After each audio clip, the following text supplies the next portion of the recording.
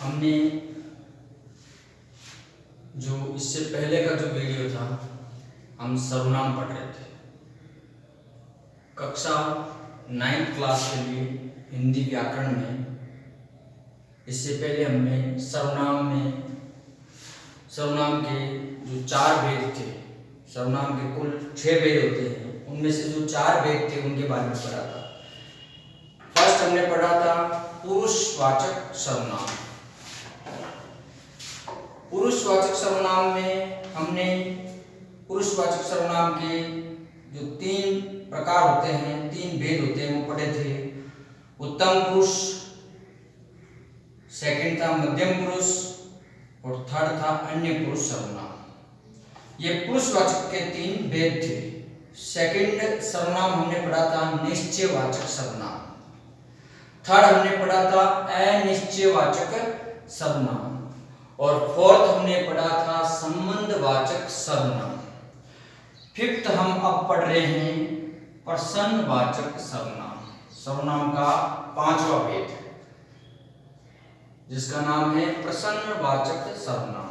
देखिए इसमें क्या होता है, नाम से ही विदित है, नाम से ही पता चलता है कि प्रश्नवाचक सर्वनाम प्रश्न का बोध कराने वाले,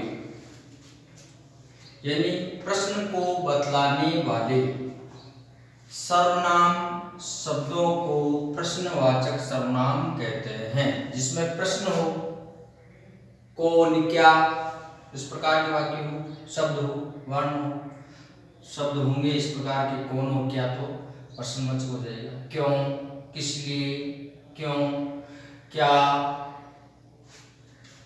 कौन इत्यादि। जैसे कौन आ रहा है, या क्वेश्चनवाचक चिन्ह है, कौन आ रहा है, ये प्रश्नवाचक चिन्ह लगा दिया गया।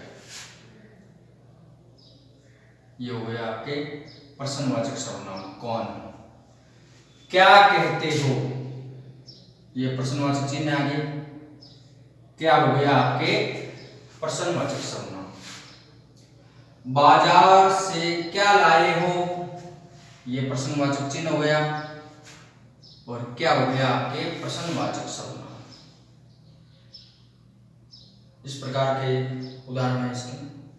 अब देखिए एक नियम है, वो नियम ये कहता है इन वाक्यों में यानी ये जो ऊपर वाक्य दिए हुए इनमें, इन वाक्यों में कौन का प्रयोग मनुष्यों तथा क्या का प्रयोग प्रायः वस्तुओं के लिए होता है। इस लाइन को ध्यान से समझना है, ये नियम है। इन वाक्यों में कौन का प्रयोग, जो कौन है शब्द, इसका प्रयोग मनुष्य, कौन आ रहा है, कौन जा रहा है ना, तो कौन का प्रयोग तो मनुष्यों के साथ में, तथा क्या का प्रयोग, जो क्या है, इसका प्रयोग प्रायः वस्तुओं के साथ में होता है। अब ये जो प्रायः शब्द है, इसका मतलब होता है जहां पे भी प्रायः शब्द आता है हिंदी के अंदर और संस्कृत के अंदर, इसका मतलब ये होता है कि और भी,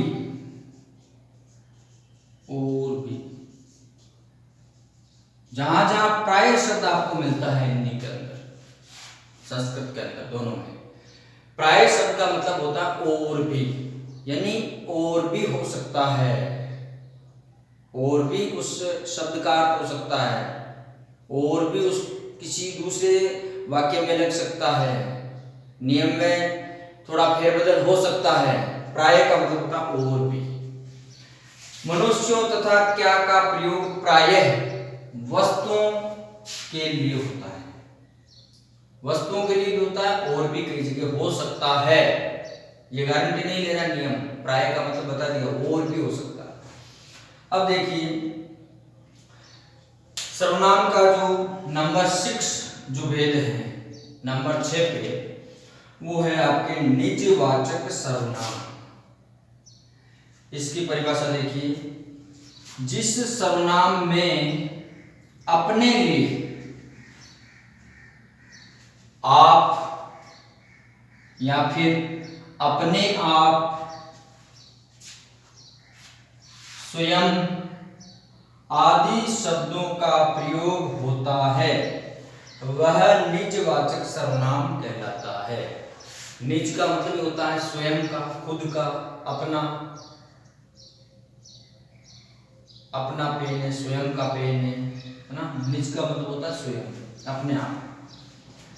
जैसे उदाहरण है, मैं अपने आप बाजार चला जाऊंगा। मैं अपने आप बाजार चला जाऊंगा, तो इसमें आपके अपने आप ये हो गया निजवाचक सर्वनाम। इस सेंटेंस में निजवाचक सर्वनाम है अपने आप, यानी वो स्वयं खुद कह रहा है कि मैं अपने आप ही बाजार चला जाऊंगा। दूसरा उदाहरण है, तुम स्वयं वहां चले जाना। स्वयं, इसमें आपके दूसरे उदाहरण में स्वयं है, जिससे ये पता चलता है कि ये निजवाचक सर्वनाम है। ये सेंटेंस, इस सेंटेंस में निजवाचक सर्वनाम है, इस वाक्य में निजवाचक सर्वनाम है क्योंकि स्वयं आ गया है। पहले वाक्य में अपने आप आ गया है, तो ये हुआ आपके निजवाचक सर्वनाम। अब देखिए, सर्वनाम के संबंध में कुछ याद रखने योग्य बातें होती हैं, वो मैं आपको बता रहा हूं, ध्यान देना आपको।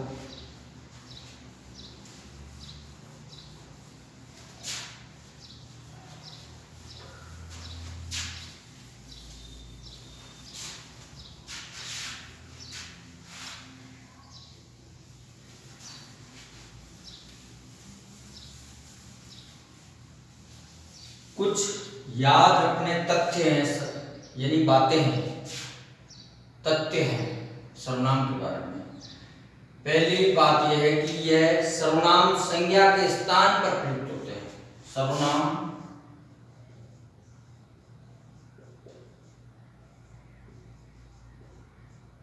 संज्ञा के स्थान पर प्रयुक्त होते हैं।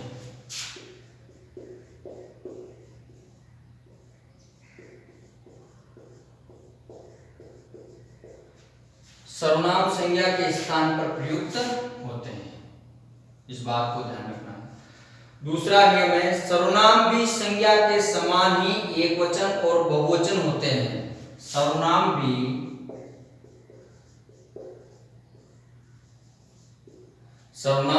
संज्ञा के समान ही,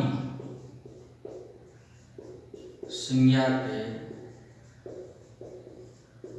समान ही एक वचन और बहुवचन होते हैं। एक वचन और बहुवचन होते हैं।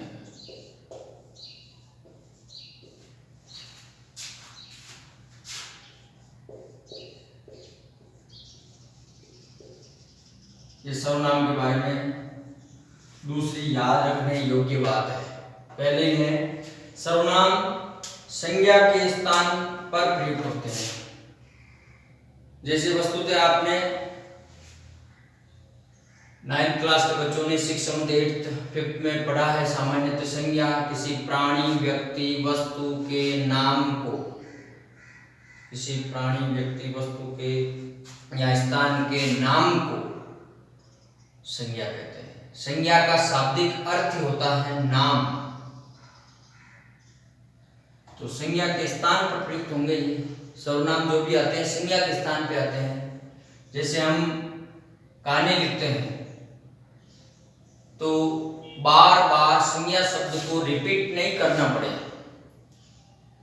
इसलिए सर्वनाम शब्दों का प्रयोग करते हैं। जैसे एक विक्रमादित्य नाम का राजा था, एक विक्रमादित्य नाम का राजा था, उसके 2 पुत्र थे। तो देखिए पहली लाइन में तो नाम आ गया विक्रमादित्य नाम का राजा था, दूसरी लाइन में आ गया उसके दो पुत्र थे, तो उसके क्या है, सर्वनाम शब्द है। तो संज्ञा शब्दों का प्रयोग बार बार नहीं करना पड़े इसलिए सर्वनाम शब्दों का प्रयोग किया जाता है। उसके दो पुत्रियां भी थी, उसके 3 रानियां थी, है ना। तो इस प्रकार पहला नियम अभी मैंने जैसे आपको समझाया, सर्वनाम संज्ञा के स्थान पर प्रयुक्त होता है, ये बात ध्यान रखनी है। दूसरा जो नियम है वो है सर्वनाम भी संज्ञा के समान ही, सर्वनाम भी संज्ञा के समान ही एक वचन और बहुवचन होते हैं, यह भी ध्यान रखना है, एक वचन और बहुवचन, यह भी इस बात का भी ध्यान रखना। तीसरा नियम है सर्वनाम भी संज्ञा के समान पुल्लिंग और स्त्रीलिंग होते हैं, सर्वनाम भी संज्ञा के समान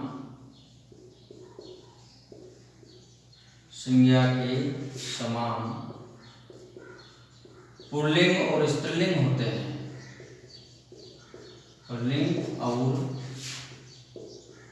स्त्रीलिंग होते हैं।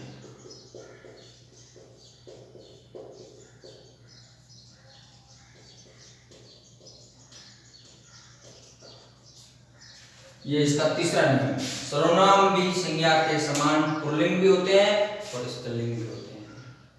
2 ही लिंग हो गए, हिंदी में तो नपुंसकलिंग नहीं होता, वचन भी 2 ही होंगे। अब देखिए, किंतु इनका रूप एक जैसा रहता है, पुल्लिंग और स्त्रीलिंग तो होते हैं, किंतु इनका रूप एक जैसा होता है।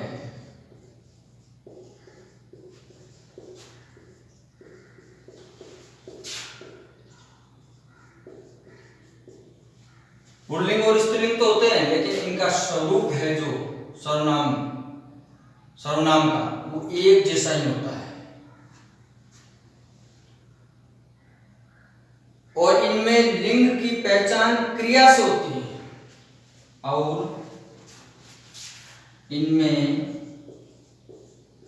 लिंग की पहचान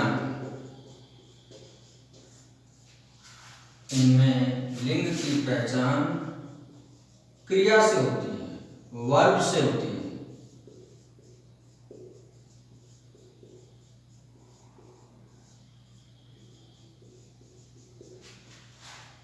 जैसे मैं घर जाता हूं, जैसे तीसरे का नियम का उदाहरण देखो, मैं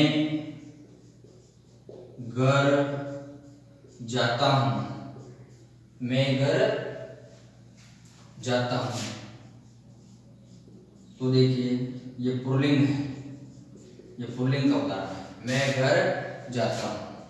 अब इसी को कह दें कि मैं घर जाती हूं, मैं घर जाती हूं, तो ये क्या हो जाएगा, स्त्रीलिंग हो जाएगा।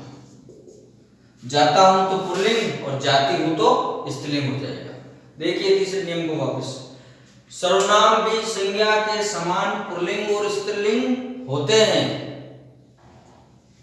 किंतु का मतलब लेकिन, किंतु इनका रूप एक जैसा ही होता है, जैसा जैसी। इनमें लिंग की पहचान क्रिया से होती है, लिंग की पहचान किससे होती है, क्रिया से होती है। तो देखिए आप, मैं घर जाता हूं, ये पुल्लिंग हो गया, मैं घर जाती हूं, यह आपके स्त्रीलिंग हो गया। और इसका चौथा नियम है, याद रखने योग्य आपके लिए, सर्वनाम शब्दों में 7 कारक होते हैं, इनमें संबोधन कारक नहीं होता। सर्वनाम शब्दों में 7 कारक होते हैं,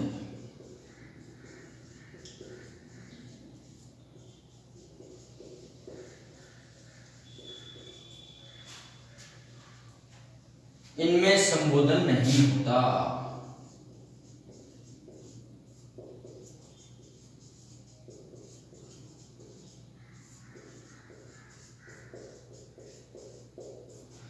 देखिए संस्कृत हिंदी में आपके कारक टोटल 8 होते हैं। हिंदी में कारक 8 टोटल, संस्कृत में 6 होते हैं, हिंदी में 8 होते हैं। लेकिन सर्वनाम शब्दों में 7 कारक ही होते हैं, इस बात का ध्यान रखना। इनमें संबोधन कारक नहीं होता। सर्वनाम में संज्ञा शब्दों के समान ही विकार उत्पन्न होता है। सर्वनाम में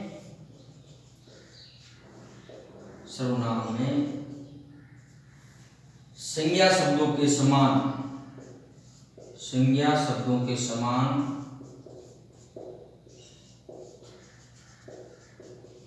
विकार उत्पन्न होता है।